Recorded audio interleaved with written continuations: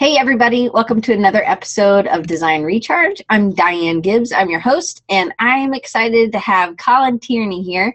And he's a calligrapher, he's a brand designer. He also is in a shoe store and not has a lot of shoes. And him and Terrence are friends, but There we are.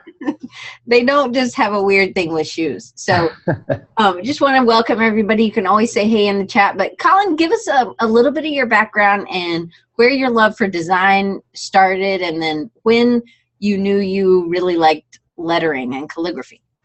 Sure. I would say right after college, I traveled for 2 or 3 years, not really knowing what I wanted to do. I graduated from Towson University with a design degree, and I always had a love for art and the fine arts, and I went into design, but I really didn't know what I wanted to do. So I traveled for a little while, and then I started to appreciate logo design, and I joined a community called Logo Pond. I would say almost 8 years ago now, and I really loved how it was a community from designers from all over the world, and I loved the idea of a clever logo design. It didn't even really have any meat or background to them. A lot of them were just made up for fun ideas. And I decided to dive in and try it myself, and make up brand names and try to emulate styles, and kind of kicked it off from there. And joined the Dribble community not too long afterwards. So how many years was this? I'd say eight years ago, when I first started to dive into the idea of possibly going freelance, or just getting my name out there. So were you working as a designer? So you traveled all over the world, just like traveling? Yeah, I lived in Colorado. I lived on the East Coast, Ocean City. So I had like the beach, the mountain scene. Just wanted to get out there and just explore and experience new things. So were you designing when you were living in these places? I was. Well, I continued to draw. I always had a little notebook. I was a lifty in Colorado, in Telluride, and that is the most boring job alive. You literally just see people going round and round and getting off the lifts. You're operating the lift and helping or stopping it if somebody's attached or yep, not, right? Yep. Had to help, the kids get on and off, or the elderly.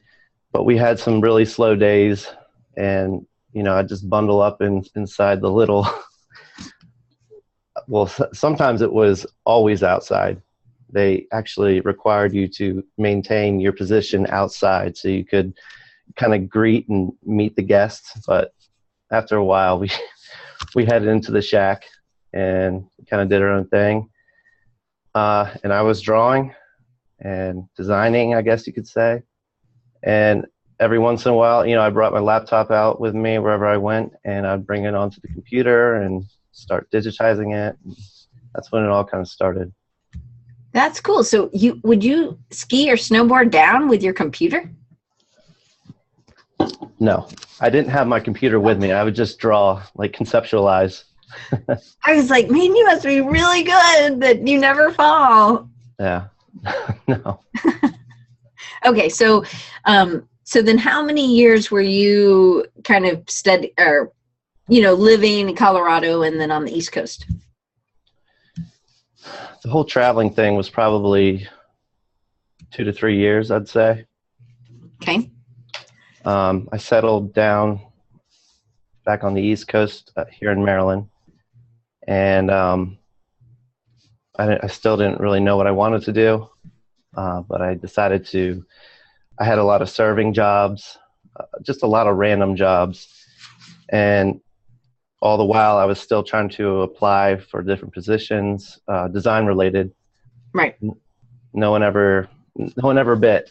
So And you were still doing the logo pond kind of community still. So not just only working with calligraphy, like, right? But that maybe what were you doing, hand lettering at the time? No, I was not. My love or appreciation for lettering didn't come until, I'd say, 7 years ago, a little while afterwards. Two specific designers, Claire Couillon, she's a French lettering artist, and Sergei Shapiro, I hope I'm saying his name right, really inspired me to kind of delve into the hand lettering calligraphy world. And I reached out to them. They were friendly enough to reply back and give me some pointers. Claire, she was awesome. She went through every single project with me when I started. You know, they were personal projects. And she would critique them and just give her 2 cents. And I'm forever grateful for what she has done for me. Were you doing these via Skype or Instagram? Well, Instagram wasn't around, but like, how were you doing these? Email? Yeah, I don't think any of those existed. It was definitely email. Yeah, maybe a little Facebook, but regular mail, Carlos says. That would have been cool to get. I bet her lettering would have been great coming back, right? Snail mail. Yeah, that would have been awesome. Yeah. So I don't know how to say her name, but maybe I can get you to tell me what it is so I can put it in the show notes. And sure. Also, okay. I'll get that yeah, letter. Yeah. So, all right. So you start 7 years ago, and then you start from the beginning. You reached out to somebody who was an expert, and then they helped you, right? Correct. Mm-hmm. I also, all the while I was studying a lot, obviously surfing the internet. I was literally copying work, never showcasing it, but I wanted to really understand how they were making those curves, in, you know, vectoring in Illustrator or whatever you use. And so, yeah, I would just copy the work, understand how they made a letter work within, you know, the digital realm. And I would read a lot of books. I would reach out to others, always question. And I was very grateful. You know, today, I don't know what it is, but when people reach out, and not just to me, but I've spoken to others about this as well, it's like they reach out, ask a question, and you give them a thorough response, and nothing. You don't get a reply, a thank you, or anything. I don't know. So I think you goes a long way. And oh yeah, definitely. Scotty says it's the worst. Yes. So, realistically, if somebody gives you takes the time to give you the feedback, or you ask the question, maybe you're not ready for the feedback. Could be, or maybe they're not really wanting to practice as much as maybe what would require. Who knows? But a thank you is pretty simple and pretty easy to. Yeah. Right. Yeah, and I don't remember the names or anything like that, but you're not making a list. No, but you do remember the people who reply back and appreciate the thought that went into the critique or response, you know? So Bert says, from Bear Cruz, he says, thank you, Colin. I've never written you. So he's making sure he's not on that list. No, I'm just kidding. But everything you're doing, thank you very much for everything you're doing for the lettering community. It's really appreciated. You're welcome. Carlos said, yes, sometimes people are just looking for people to praise them, and they hate it when you give them a critique. So, yeah, it's a touchy subject for a lot of people. So I always ask this, usually with letterers, was your handwriting pretty good always, or have you seen it improve, like your regular writing? I always made an effort throughout my whole life. I don't know what it was, but I always wanted to have neat handwriting. And actually, my mom gave me my I don't know, second, first grade journal. Really? And I brought it with me. Can you show us something? Yes. Let me make sure this is the right one.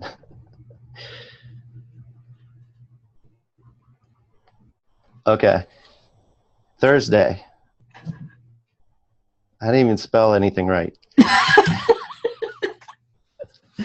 Look at this thing. Oh, that's great. Oh, wow. That's really good. Wow. That's pretty good. Do it closer. Unless you don't want to share what it says. Today I did the cursive W. I have learned a lot of cursive. I did A, D, G, C. Yeah. Cursive is a lot of fun. I think I'm real good at cursive.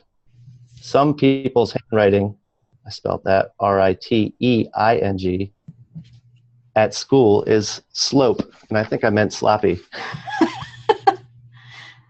That's pretty good. Well, for just learning cursive? I'm not sure about that, but the fact that I cared about it at that age, I forgot I even wrote that, so. Well, and that you really liked it from second grade. I learned in third grade. Did you really learn cursive in second grade? Yes. Mm-hmm. And I just always remember enjoying perfecting handwriting. I always have. Or, just even in high school or middle school, I'd write on my books that we had to cover with, paper bags at the time. And I remember trying to emulate graffiti artists or something and just come up with different styles, literally draw letters. So it wasn't all writing. Right. Did you know what graphic design was when you went to college? Yes. So I kind of wanted to be some sort of fine artist. I loved illustration my whole life. I always was drawing. But I quickly realized, actually within the first week, that it's really hard to come out of school with a fine art degree. Not that it's not possible. It definitely is, and I realize that more now, that you can do pretty much anything you want. But at the time, I was steered more towards the design community. So within the first week, I knew what I wanted to do, and it was graphic design. Well, a lot of times it's more of a practical, like people, like your parents can put it together. So I just want to remind people that these are not your shoes, right? You want to tell them where you are and why you're here? I am at my dad's office in Hagerstown, Maryland.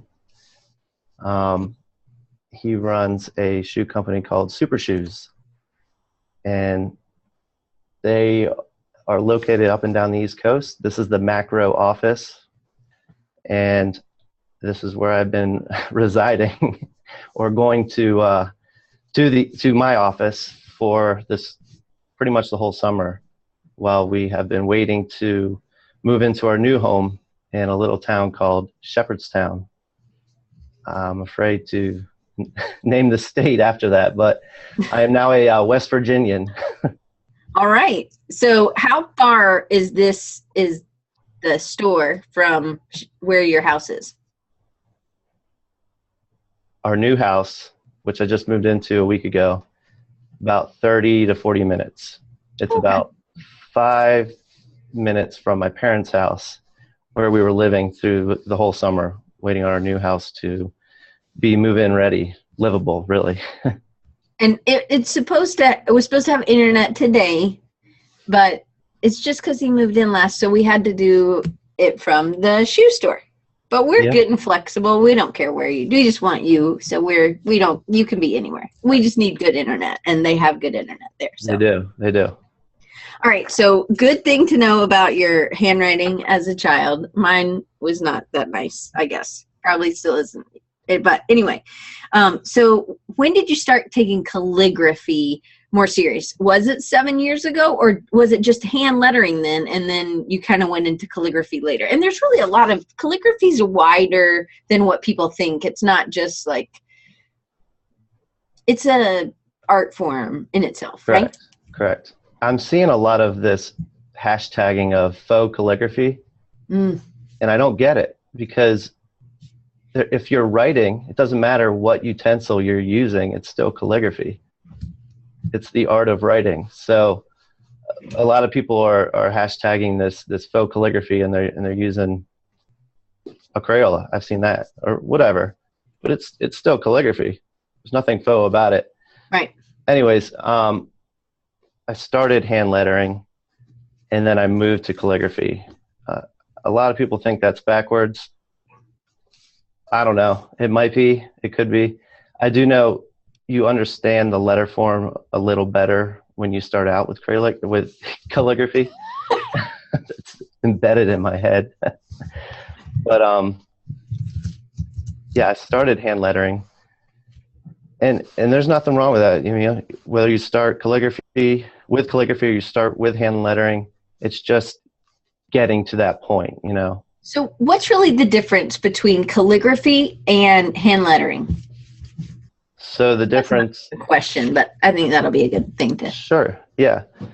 The difference is calligraphy is the art of writing beautifully, if you'd like to say that, and hand lettering is the art of drawing letters. So if you're in a fluid motion writing, that would be calligraphy. I hashtag a lot of my work with both calligraphy and hand lettering, and a lot of people don't understand that. But the reason is I start off writing the phrase, the word, and then I go back and refine it. And that refinement would be the process of hand lettering. Right. Good to know. Yeah. You answered it there. Okay, so, but it's a difference between getting serious about it and starting to practice it, and then doing custom branding with it. And I know you were already part of Logo Pond, which was a community, people who really enjoyed making logos, but you weren't doing hand lettering logos or calligraphy logos at that time. So when did you kind of mesh them together and were like, hey, I'm going to try this? Oh, can you hear me? Can you ask that one more time? Yes, sorry. Sorry, it went out. Okay. Am I okay? Can you hear me now? Is it me? Yeah. Maybe somebody can. You look like you were like, I'm having an important message from the president coming through right now. Like, that's what it looked like you were Walter Cronkite. I'm not that cool. But it was, you did it really serious, and what was that? Anyway, I didn't know if it was my headphones. I got these gargantuan headphones on me. Okay, so the question was, there must have been some point of you drawing and hand lettering and doing calligraphy, and then you deciding to put it together with branding and deciding to make that like, hey, I'm going to brand someone using my hand lettering. Right. You know, you can agree with this or not. I don't even know where I stand, but they say everything under the sun has been done.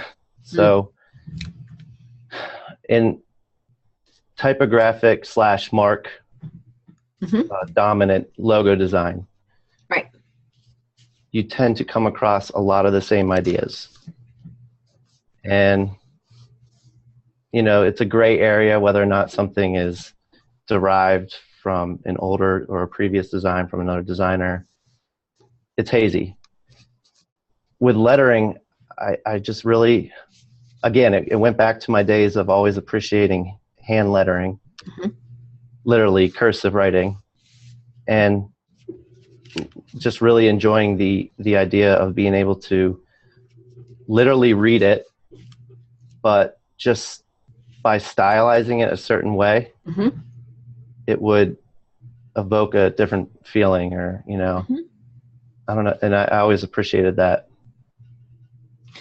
So how long ago did you take that step and do your first brand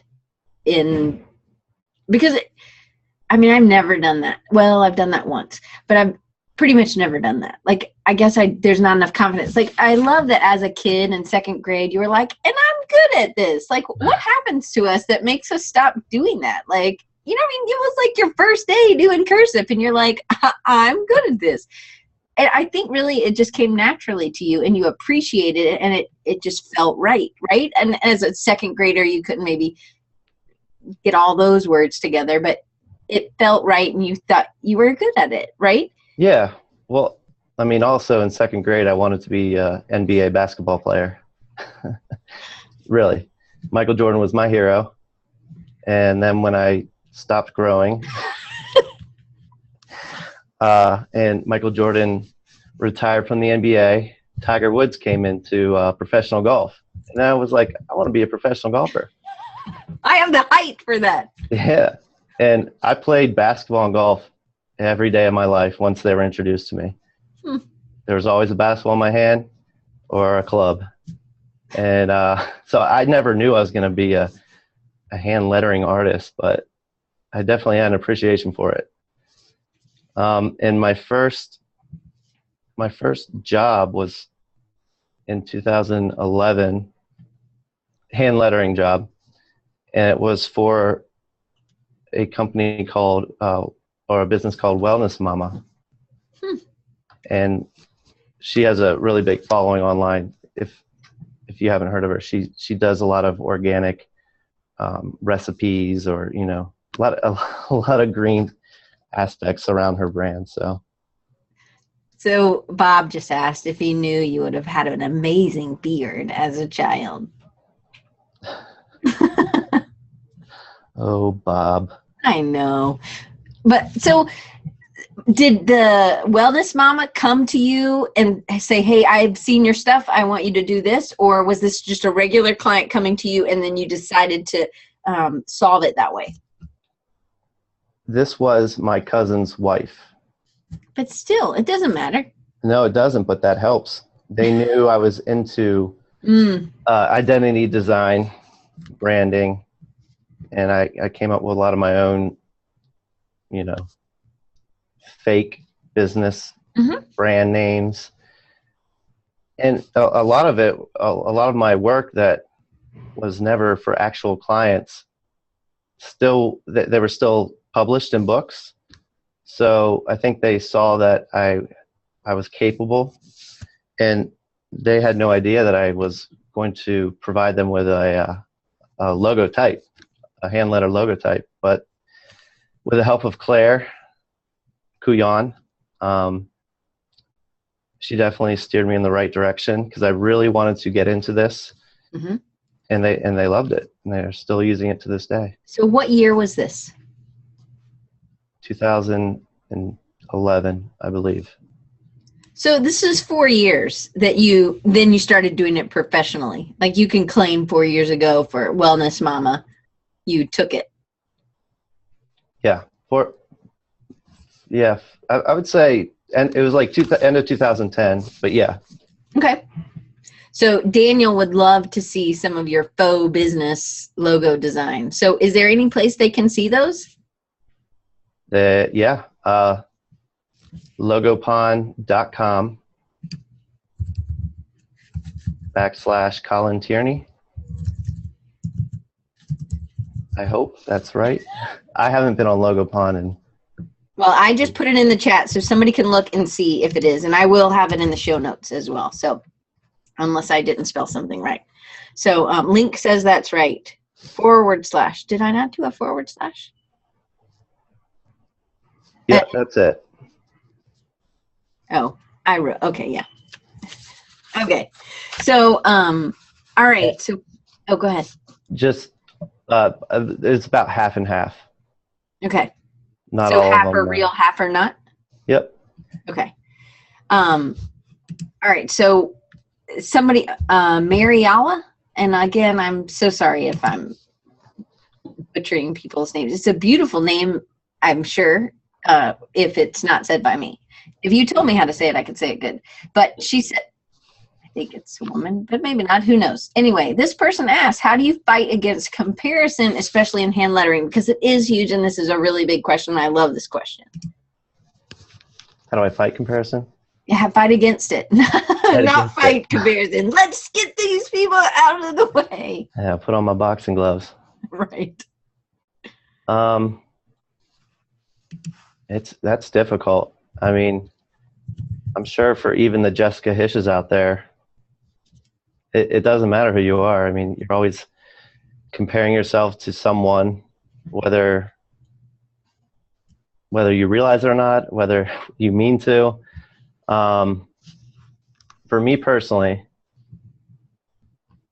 after I post something on social media, I shut it off. And I've only been doing this for about a year now. It's good and bad, because sometimes, you know, questions kind of get lost, or I should probably be replying with thank yous. And I do make sure I do that every once in a while. But for me, in the way I work, I know that the best way for me to combat that, I would have to leave social media, because as a lot of people know, and for me especially, you can start browsing and searching, and the next thing you know it, you're 3 hours deep. Right. So yeah, it can kind of take over time, as well as even your internal, what did people like it? Did they not like it? Did I do something wrong? Or do you ever do stuff like that? Yeah. And it sucks when people don't like your work, and they let you know. It's never a good thing. I do keep a folder in my email that, I forgot what I labeled it. It might be like feeling down ? And it's emails from people who let me know that I am inspiring them and that I'm doing a good job. It's just a good way to go back and see, or you know, a good reason for us to know that why we're doing this. That you're making a difference. Sure. There are always going to be haters. Somebody said to me one time, well, if nobody's complaining, then you don't have enough followers, or you don't have enough listeners, or whatever. Because there's always going to be somebody, and you should always, I think there's always ways to improve, but you also have to have that mentality of being able to say, well, I don't think that's true, and this is why. And you have to be able to analyze it to some extent. And it helps your confidence in a weird way, right? I mean, Absolutely. If all you're getting is crap, maybe you should relook at something, but, right?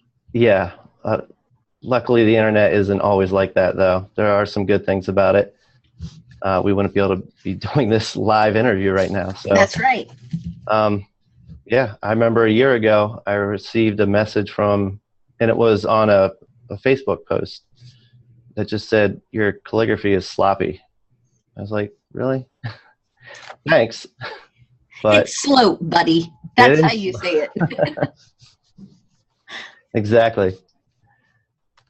Well, I mean, but you know what? I think that a lot of people are jealous, or some people just aren't very positive, and those aren't the people you want to be around anyway, right? No, exactly. Right. So we got a bunch of questions, so we got to get through. So sure. Kyle has one, and it's very similar to the one that Nate Bear sent us. Well, sort of, not really, I guess. I'm going to just read Kyle's first. So what has motivated you to keep going for so many years? Because 4 years doing this and building brands doing this is a lot of time, actually. Yeah. I'll be honest, some days I would love to explore a different aspect of design, you know. Sometimes I really want to go back to the illustration side of things, but I know where I'm at, and you know, I know that I'm starting to really enjoy hand lettering and calligraphy, and I've always enjoyed it, like I said, but now I'm seeing progress, and that's inspiring myself enough to just keep at it, keep going. And you know, on the off days, if I'm not feeling it, I'll break out the old fake branding logos or whatever, or just an illustration, and you know, on a rainy day, I'll be doing that.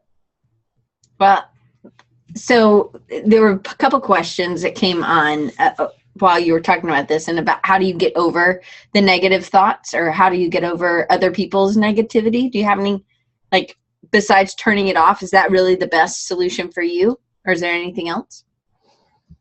Like I said, I keep that folder for a reason.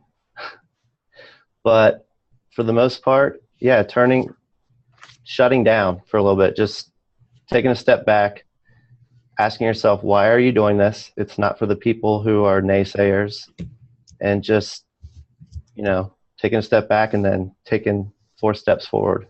Mm. So, you don't have one style. You actually do, for the brands, it's really different for each one. How do you determine the feel and I can only imagine if you're practicing, you have to practice a lot of different styles all the time. Mm-hmm. How do you determine what kind of style should go for which client? A lot of it is based on the client's initial goals and their business's audience or customers. Mm-hmm. And you base a lot of it around that. I do a lot of research. My wife and I often go antiquing. Mm-hmm. And a lot of the times it's just to look and snap pictures, come up with some ideas for the home or an idea for design. And I surround myself with old things every day. For instance, oh yeah, 1939. That's when I was born. I'm just kidding. Yeah, and it's soap or oil or something like that. White liniment. Yeah, I just really love the monogram, and or I have a lot of these random books. Oh yeah, they're really old. That's like 1880s kind of art. Yeah. It has a little bit of the etching vibe going on, or just like old tins. Oh yeah. Tins and matches. Oh yeah. So I get inspired by that, and a lot of times these are all vintage items, but surrounding myself with them really inspire me. And a lot of the work I've done aren't related to anything, from the vintage era. It's more modern, but can definitely get some inspiration from looking at or just surrounding yourself with these types of items, or even just going outside. At my desk, we all are for the majority of the day. Mm-hmm. We just get outside. It helps. For sure. Okay, so let's remind people, these are not your shoes. You're at your dad's store and he sells shoes. Yeah, he runs a retail company. Somebody was like, Terrence, you got some work to do. Because we couldn't see all of Terrence's shoes last week. Exactly, right? That boy has a lot of shoes. Right. Sophia says, Terrence wins. And Kyle says, what is outside? I know you're being silly, Kyle. But you need to go outside. After this, just wait just a little bit longer. So how long did it take for you to see notable improvement? Because I feel like with Crayligraphy, and we're going to get into that in just a second. So with Crayligraphy, people are trying. People are wanting to start doing this, and they want to make this beautiful. But really, it takes a lot of time to get it going beautifully. And I think Bob is a great example to look at. Bob's perfect. He takes you through the whole thing. He did over 500 days, I think, right, Bob? And it wasn't I reference Bob's work to beginners all the time. I said, if you haven't or you don't follow Bob Ewing, you need to. But go all the way back, right? He's the perfect example of doing something every day and committing himself. He obviously has a love for hand lettering. It shows in his work. You go from day one to the very last day and up until now of his hashtag lettering project that he was doing. The improvement is amazing. Yeah, so it's Ewing, E-W-I-N-G is Bob's last name. And I don't know, Bob, write your Instagram handle, because that's the one I definitely think is a good one to kind of go all the way back and see. And it gives you feel like maybe I can do it too. Oh, at Bob Ewing with an underscore. Thank you. So how long do you think it took you? I mean, now granted you were doing this, so 4 years, and then you started doing branding. I mean, you had a love for it for 8 years, and you were doing drawing, and I think you probably always had that detail, right? You loved that detail. Mm-hmm. But how long did it take for you to see some notable improvement? With hand lettering or calligraphy? Because let's do both as separate. Can you do it separately? Sure. Maybe. Since I started off with hand lettering, we'll start there. I would say after a year, I looked at my work that I never published, and I saw a significant difference. I tell people that all the time. Do something 20 minutes a day at minimum. You know, look back a year from now and laugh, because that's what you're going to do. And same thing with calligraphy. I picked that up around 2012, and I remember writing, for me it was hours every day. I bought every kind of brush pen, every dip pen. You know, I tried copper plate for a while, brush calligraphy, and I would just devote myself to practicing every single day. And again, a year afterwards, I looked at my work and it was bad. And even from, you know, so 2013 would be a year after calligraphy, and I look back at 2013's work and I still laugh. I look back at last week's work and I laugh. Because you're always improving, right? And you can always get better. But it's not to say that you would laugh at anybody else. You actually, I mean, you didn't. No, we're our own worst critics. Right. So, right. And again, like I said, we're not going to be the bully out there, you know, commenting on their posts saying this sucks, but keep going, right? Yeah, you're just keep going. This, you know, good start or whatever, right? Try to be encouraging. Yeah. So this is a kind of a question Sam's asking at the same time, in a way. You were practicing every day. Were you giving more than 20 minutes or about 20 minutes? When I started off, it was several hours a day. Okay. I work, I'm a night owl. I still am. Should probably back up a little bit just so people aren't confused. I work a day job for a blue collar boot company. I started off, I was contracted, and then it turned into a full-time job, and I work remotely. And a lot of the work I do is branding for the micro brands. And it's cool. You know, I get to see a lot of my work on shoes, and it's actually a sister company to Super Shoes, but they're more into the manufacturing side. Super Shoes is more into the retail side. So I would, you know, finish work, you know, all the while still kind of doodling and writing things down all the time. And so I would be up until, you know, 2 or 3 in the morning every single night, just practicing, because I wanted it. I wanted to be good. I wanted to get better. And really that's what it comes down to. Do you want to do it? Do you want to be good at it, or don't you? Yeah. Well, and it's that you have to get over yourself, that it doesn't have to be perfect, and that you're going to keep improving, but just keep at it, right? Exactly. Yep. You're not going to be perfect straight out of the box. Right. So you have to practice with intention. You can't just like jot down. I mean, yes, it definitely helps. I run these weekly Crayligraphy challenges where I try to encourage people to write whatever the challenge is for that week. I think last week was grocery list. It's little things like that. People who say they don't have the time for.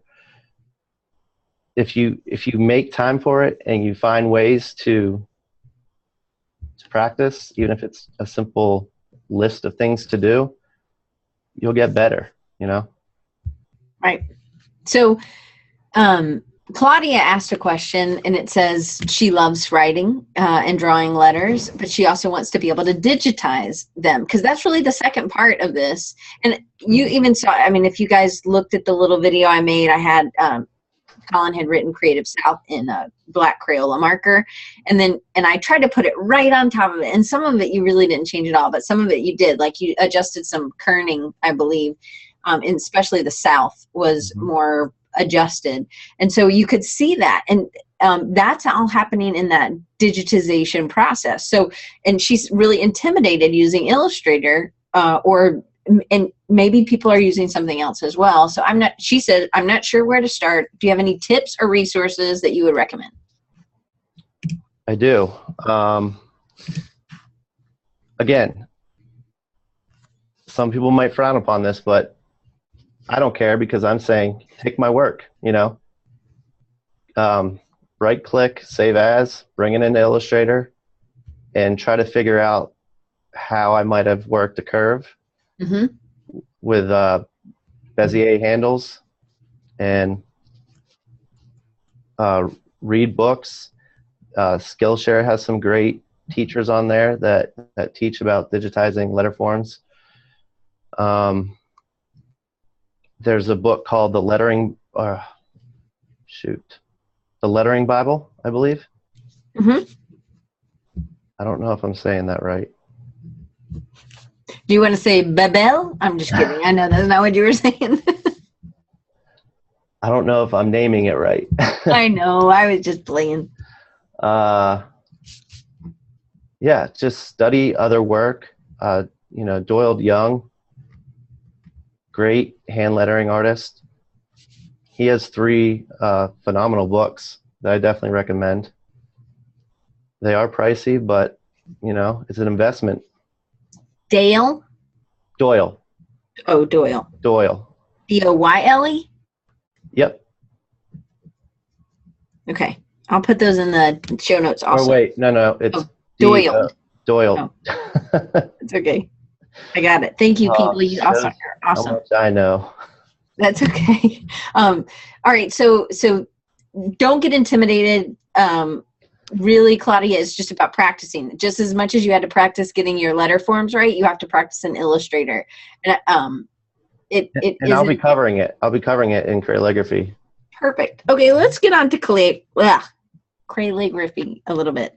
Because we already kind of talked about critiquing, and a little bit, you also have this group, the Slack group that you're a part of, with Eric Friedrichsen and Scotty Russell and Terrence Tang and Scott Biersack and some other letterers. And Daniel, then there's some people who are... Pardon? Daniel. Yeah. High Pulp. High Pulp, that's right. I called him Popcorn. Yes. So, and Daniel's here. So, but you guys all kind of are together, and you can get feedback, and it's a trusted group. So it may be also that you need somebody that is more, that have more contact with regularly, for you to get feedback on a regular basis, because you also build trust, and it's not like they hate you or you would take it too serious. They would be able to say, hey, I know you've been working on this, but maybe I think you should try this or something. So there's that trust factor. Yeah, we encourage each other every single day. We critique each other every single day, or I would say our work, but right. We also have a fun little, I guess, side Slack group channel, where we do have a little, comedy relief. But surround yourself with like-minded people. I consider some of these guys really good friends. They're the people, I talk to them more than I talk to my mom or my dad. And that's, it might be sad to say, but look, we're all in this together. We all want to help each other. And I encourage anyone who's at maybe the beginning level to find other beginners to surround themselves with, Right. You can only benefit from it. And Daniel said, Terrence put up in the chat, and he said, Claudia, a lot of people post their work, their vector work, showing the points and the handles, showing those toggles. Find those and study those. And it's about doing that research, I think, as well. And Daniel said, hey, yeah, that's how I learned. So All right. Exactly. So what was the hardest thing to master in regards to lettering, and then maybe what's the hardest thing to master in regards to calligraphy? Are they two different things? Yeah. Yeah. For lettering, I would say understanding the letter form, seeing what works, what doesn't work. Why does that A look, as you know, in the design community, we say wonky, or slope? yeah, or like a new thing. yeah, or why does it look good? You know, compare and contrast. For digitizing lettering specifically, yeah, hashtag slope lettering, exactly. For digitizing lettering, it's trying to find that point on the curve, you know, that works well, and balancing it with the perpendicular point with the handles going vertically. You know, a lot of times there's no rules, but there are some, I would say, maybe guidelines to follow. But you want to try to maintain a horizontal or vertical handles. Yeah, exactly. And a lot of times the horizontal handles or point with the handles will go at the top of the letter and at the bottom, and the vertical on the sides. And it's just finding the balance between the two handles. Right. And so you have a point in the middle. And so what I think one of the things Colin's saying, you want them to be both, you don't want a toggle to be like this or like this or like this, or, you know, they can. Yeah, you shouldn't break your anchor. You know, it doesn't mean that they physically have to be vertical, but that you want them both in the same, in a line, if the point's in the middle, right? Absolutely. And Daniel just said an important thing. He said you learn to trust your eyes over time, and I couldn't agree with that more. And that's really, you know what, that's looking at the vintage stuff. When you're going out and you're looking, and if you're studying that, like really looking, why is that letter, why does that monogram look so good? What is it about the weight of the main stroke as opposed to the hairline stroke? You start looking and finding those things. I know that when students start drawing, a lot of times they don't, the curved letters fall below that baseline just a little bit, right? Mm-hmm. And it's called an overshoot. Right, but it grounds it. If it actually laid on that baseline, it looks like it doesn't rest in the same spot, so it doesn't look as balanced of a letter. So there are lots of things that really, it's surrounding yourself with this great vintage stuff that probably helps you as well. Yeah, you really need to humanize your letter forms, if that makes sense. Like, be more organic about it and not so geometric. I remember when I started off with hand lettering, and I started to alter typefaces or try to create my own. Oftentimes I would think that I would just take the same width. You know, I'd start off with a circle and a square, and I'd create continuity throughout each letter, and it really just does not work like that. You have to optically see what's going on. You have to visually see the organic letter forms, and you know, that's a lot of it's all about feel, and I did not understand that at first, that's for sure.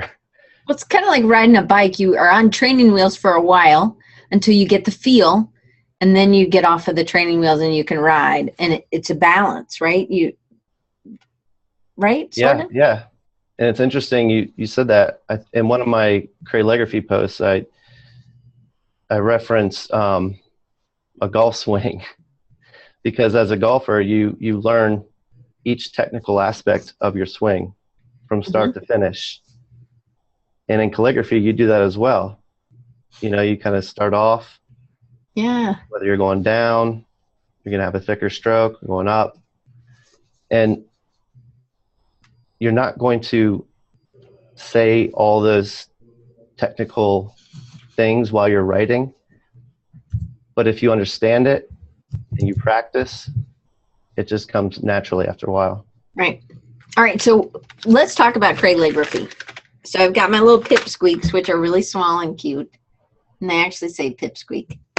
And then I have the regular ones. So why, I know you get the question a lot of what pen is that? And why do you, so is this part of the reason so you don't have to spend all this money? Or why did you choose Crayolas? I found a love for Crayola, I would say 2 years ago. I definitely was not the first one to pick up a Crayola marker and start writing with it. Right. I believe I saw Ryan Hamrick several years ago do it. Several other artists. And I decided to try it out. And at first I did not like it, but that was because I didn't understand it. Mm. But now I can say with confidence that if you're starting out, calligraphy with a Crayola marker is definitely the way to go. I think it... Is it because of the... Will it focus? You're good. Yep. So what is it because of the shape? The shape helps, but the firmness more than anything. Ah, firmness. Okay. It does have a subtle flex though, and that helps emulate the brush calligraphy. Mm-hmm. So with brush pens, there's a lot of flex, which means there's not much resistance between the pen and the paper, which creates some not so pleasant letter forms if you're just starting out. I think with a Crayola marker, the firmness and I guess the friction between the marker and the paper definitely helps. And they're not intimidating. Mm-hmm. Almost everyone can easily access them. They're cheaper than most markers. I could go on, but it's just a fun way to introduce calligraphy without it being so scary.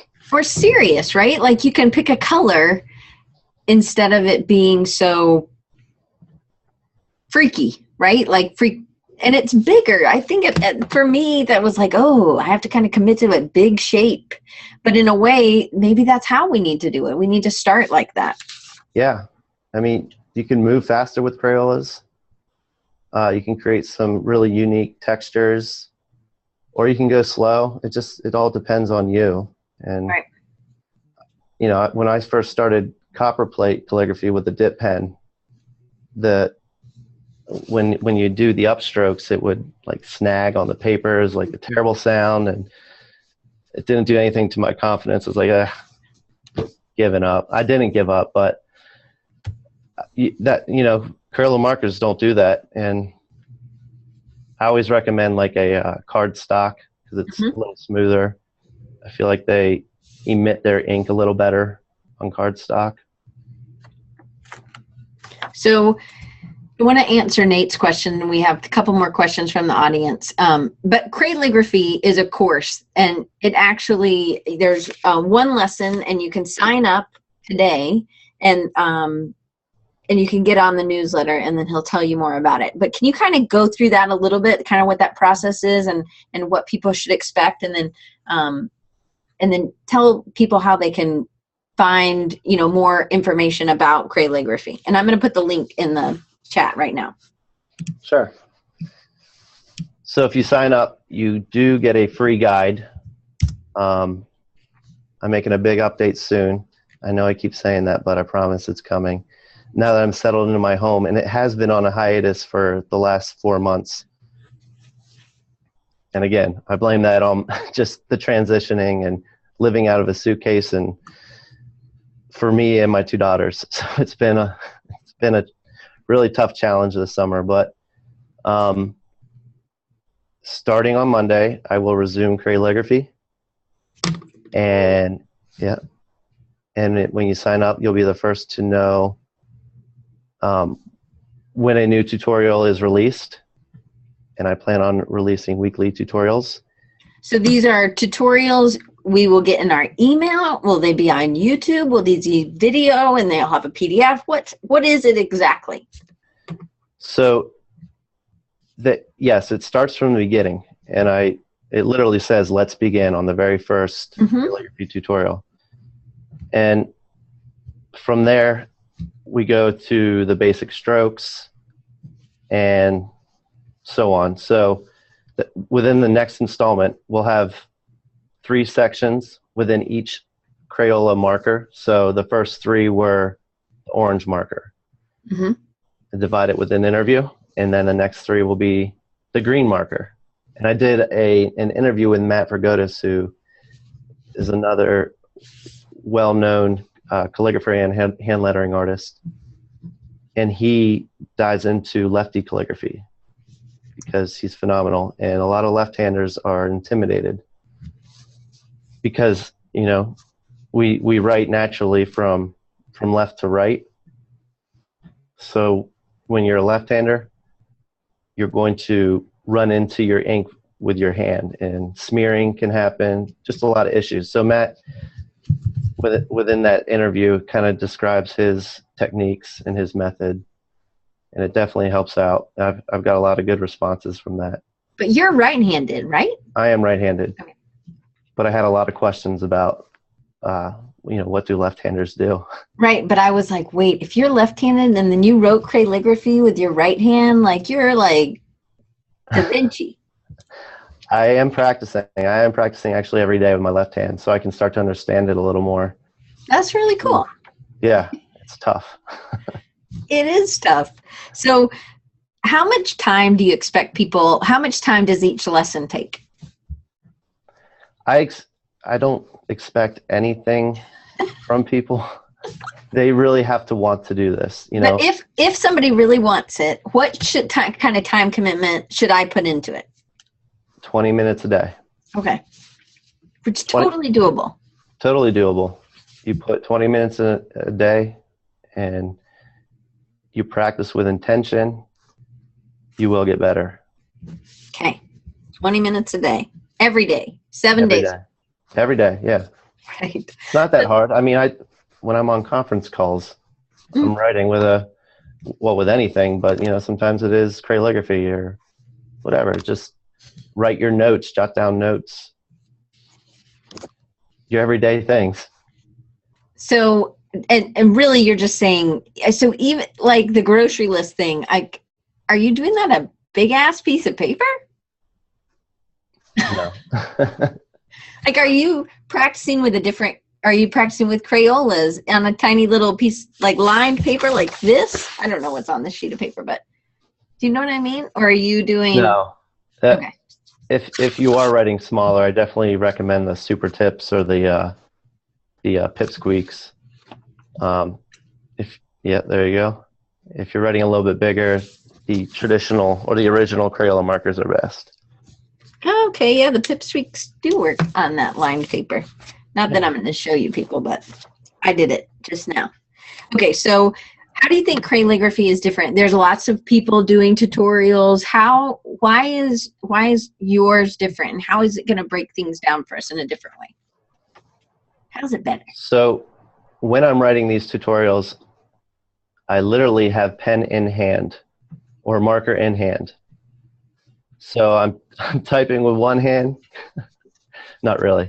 I'll write it, type, write, type. So I'm going through each step. Pretty much every movement within the process. I have yet to find any tutorials that are like that when it comes to calligraphy, where they break down every single step, whether it's extending your forefinger or adding more pressure to the marker and when to do that. I just feel like that getting that specific is going to help people. True, absolutely. So Nate had a couple questions that he sent super early, and I want to make sure we get them done. I know we're almost out of time. So do you find it hard to stand out in the market, as it seems like hand lettering has really blown up in the past couple of years? And how do you do that? How do you continue to stand out? That's a good question. You know, I saw a tweet this morning about kind of on this topic about just how hand letterers are just oversaturated, and I forget how this person worded it, but you know, my response to that is we're in a design community, and if you're going to niche down even more, we're in a lettering community. There's, let's just say 300,000 of us on Instagram, probably more. There's 7 billion people in this world, and we're surrounding ourselves or following these people within this pool. Of course that's going to seem like a lot. Of course it's going to seem oversaturated, but it's what you do with it that makes you stand out, you know. Find inspiration from this song and this illustrator.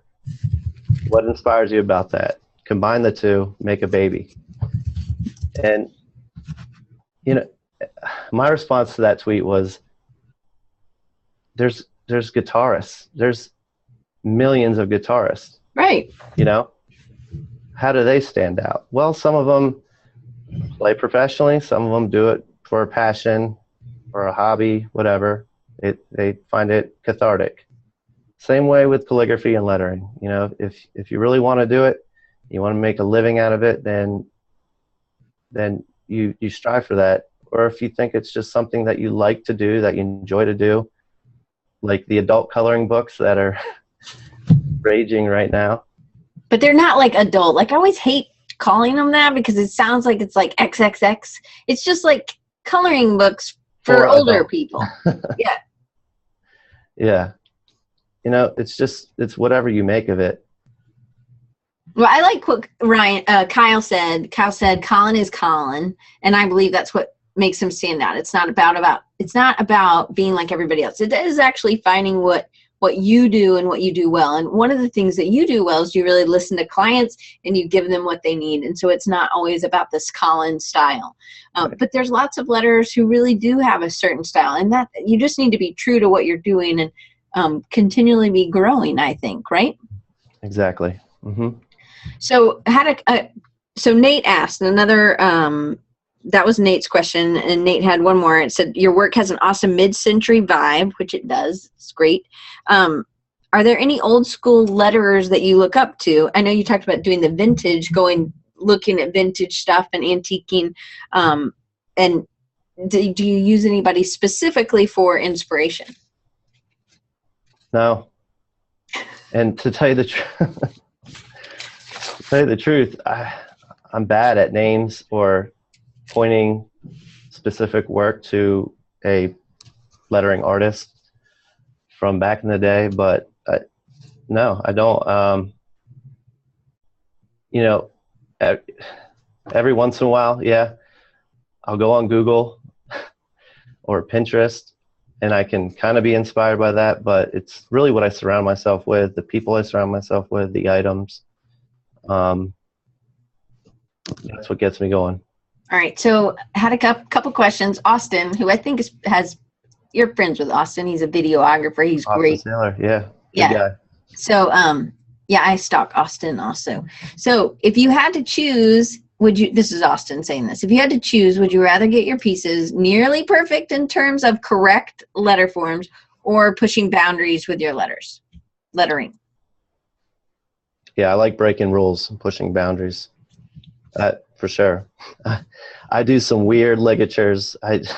Sometimes they don't even make sense, or that just, why are you doing that? I ask myself, but it's fun, Lettering is, it should be legible or readable, but you can make it fun. And I like to push those boundaries for sure. So do you think it's important, this is my question, not anybody else's, do you think it's important that you learn the rules first and then you break them? Yes, absolutely. Absolutely. Because otherwise you don't know what you're doing and how you're pushing, right? Right, yeah. What rules are there to break if you don't know them? And so explain what a ligature is, if somebody doesn't know, this is a first day at type school. So a ligature is the connection, I hope I'm saying this right. Any two letters, if they're... a relationship between two letters where either a swash is connected to the other letter form, and the swash is It can be, what is it? Like this is a ligature, F-I, right? Sure. Or an F-L. So the tittle is gone, but it could be two F's that, and again, this is not like great like Colin would draw it, but it is with my pipsqueak, but like the FF, right? So it just, if they share some thing. So you go bold with what is a ligature, right? That's what you were saying. You go kind of funky with the ligatures. Can I share Please. something real quick? Yeah. That way. Okay. Share screen. Oh, yeah. Yay. Oh, hey, look, there it is. So the G and the S here, that's a ligature. Mm-hmm. It's a combination of two letters. Sometimes it can be a connection. But yeah, so the G in recharge and the S in show. That's that's awesome. Yeah. Thanks for making that. So a couple more. I want to just make sure we Austin wants to call them legs instead of legs, I guess. Oh, they could be legs. You could call them anything you want, Austin. All right, so May asked, how do you feel about beginners trying to find shortcuts in lettering and calligraphy? For example, using Adobe Capture CC on the Creative Cloud instead of learning how to use the pen tool properly, or maybe like in Illustrator using Live Trace. I would say work with what you have.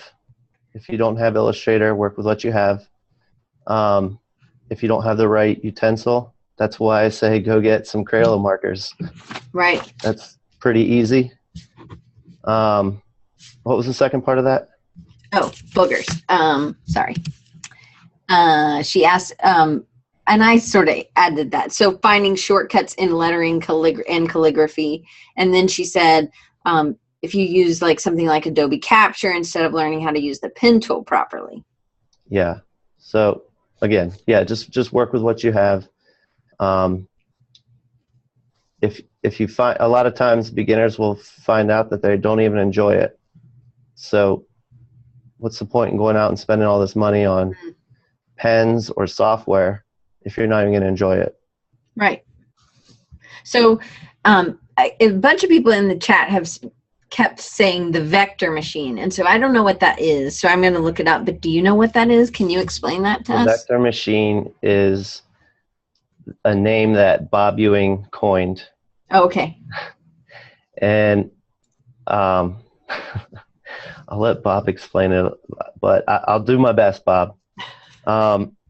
Basically, people thinking that what we do as hand lettering artists is easy enough to just run through a vector machine.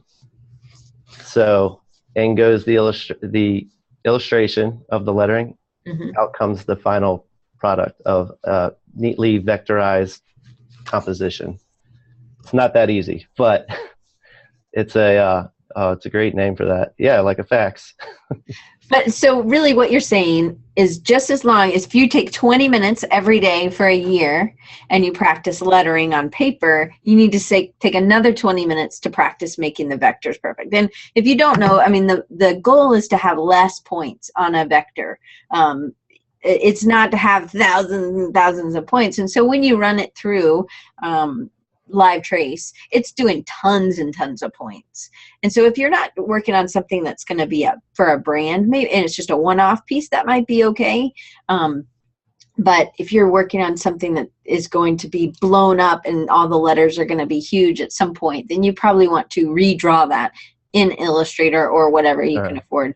And have the goal, at least this is how I was taught, and this is what I teach, is that you want the least amount of points. Now, it doesn't mean that your whole letter should be 5 points, right? There's no hard and fast rule. Right. But again, it is making your point, your toggles like this instead of something odd, you know, so you're having, you know, that they're always, I don't know. So I don't say don't ever use Live Trace, because I definitely have, especially when I want that vintagey bleeding look from my letter forms. But even then, after live trace, I go in and I spend more time deleting anchor points or, rounding the curves of those subtle little inconsistencies.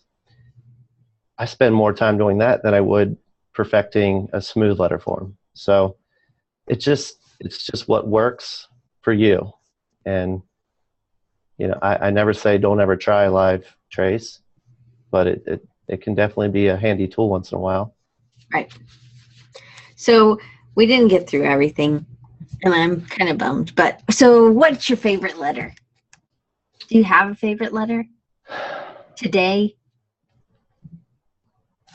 I would say the letter B, the uppercase B, and S. Upper or lower? Either way. Ooh. Yeah. Nice. All right. So Daniel had one question. I think it has to do with the package. And the names are just as clever as they are in the Crayola crayon box. So how consistent are the color package to package? Package to package? Colors package to package. I guess this color to the color I drew on my thing. They're pretty close. I can't even see that. I don't know why it's not focusing. There we go. Yeah, I'd say it's pretty close. Yeah. Maybe not. I don't know. It looks pretty good to me. Yeah, I would say so.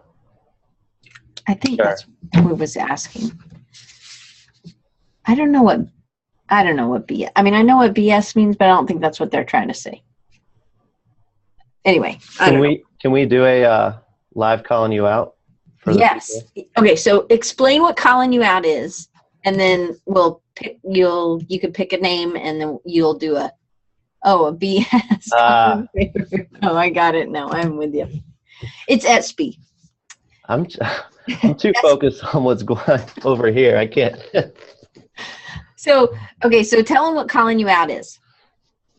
So it's, I guess, a pun using my name or a dad joke. I'm a big fan of those. And every week it started off with people consistently asking on social media, hey, would you write my name? And it's like, I mean, you want to pay me some money, or what, you want this for free? What do you want? Right. So after a while, I just was like, you know what? If you can't beat them, join them. So I'm going to call someone out every week. And, I try to do it every week, but sometimes, So every week I choose a name that I randomly pick through a number generator. Whatever number comes up, I, go down the list. And that's the person whose name gets either calligraphed or hand lettered for the next week. And it just keeps going on and on and on. So some people in the chat right now use so somebody's name Windows 7. So that would be hilarious if that person is the number generator list. But so I do make sure that they don't use brand names or handle names. If their handle name is their true name, then that's okay. Okay. And they have to preface this with the hashtag call me out, COLMEOUT. So I'm not sure if once we're done the show, will we still be able to see the chat? Yep. As soon as we're done recording, I'll stop the record, and then we'll. Is that it? COLMEOUT. That's it. That's it. So whoever wants to be in the drawing, just hashtag call me out, and write the name that you want or your name. It can be a loved one, a friend, or whatever.